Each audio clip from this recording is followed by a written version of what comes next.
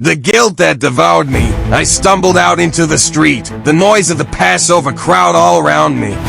Children were laughing, priests chanting, pilgrims singing psalms, but all I could hear was his voice. Every word he ever spoke returned to me, each parable, each warning. I remembered when he said, it would have been better for that man if he had not been born. Mark 14:21, I had heard it, but I never thought it would pierce me this way. I could still see his face when he was led away bruised, spat upon, crowned with thorns. The image wouldn't leave. I tried to pray, but heaven was silent. I tried to weep, but my tears had turned to dust. I wandered out of the city, up toward the valley of Hinnom. The morning sun rose red, and I felt the earth itself recoil beneath my feet. I looked at the rope in my hands, trembling. I remember whispering, Master, I didn't understand. I thought you would save yourself.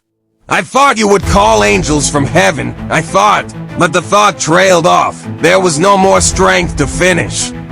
The guilt was too heavy for repentance to breathe. If only I had waited. If only I had believed that mercy could still find me. Peter denied him and found forgiveness. The thief on the cross found paradise, but I believed the lie that my sin was greater than his mercy. I have come to know now that his blood was even for me. The same blood that stained the ground that morning could have washed my hands clean. If I had fallen at his feet, if I had wept before the cross, I might have found redemption.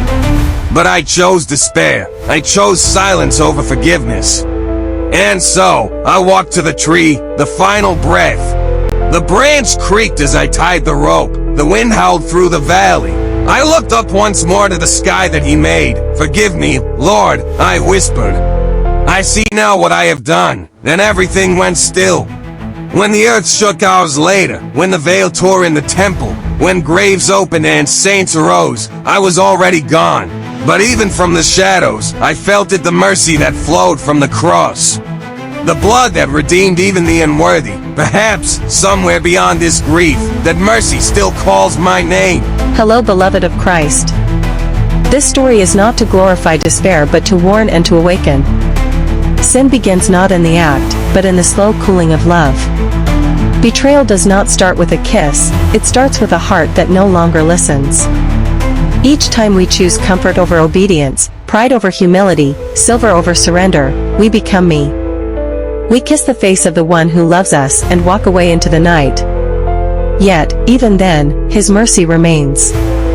If I could speak to you now, I would say, never believe the lie that you've gone too far. Don't let guilt drive you to the tree, let grace draw you to the cross.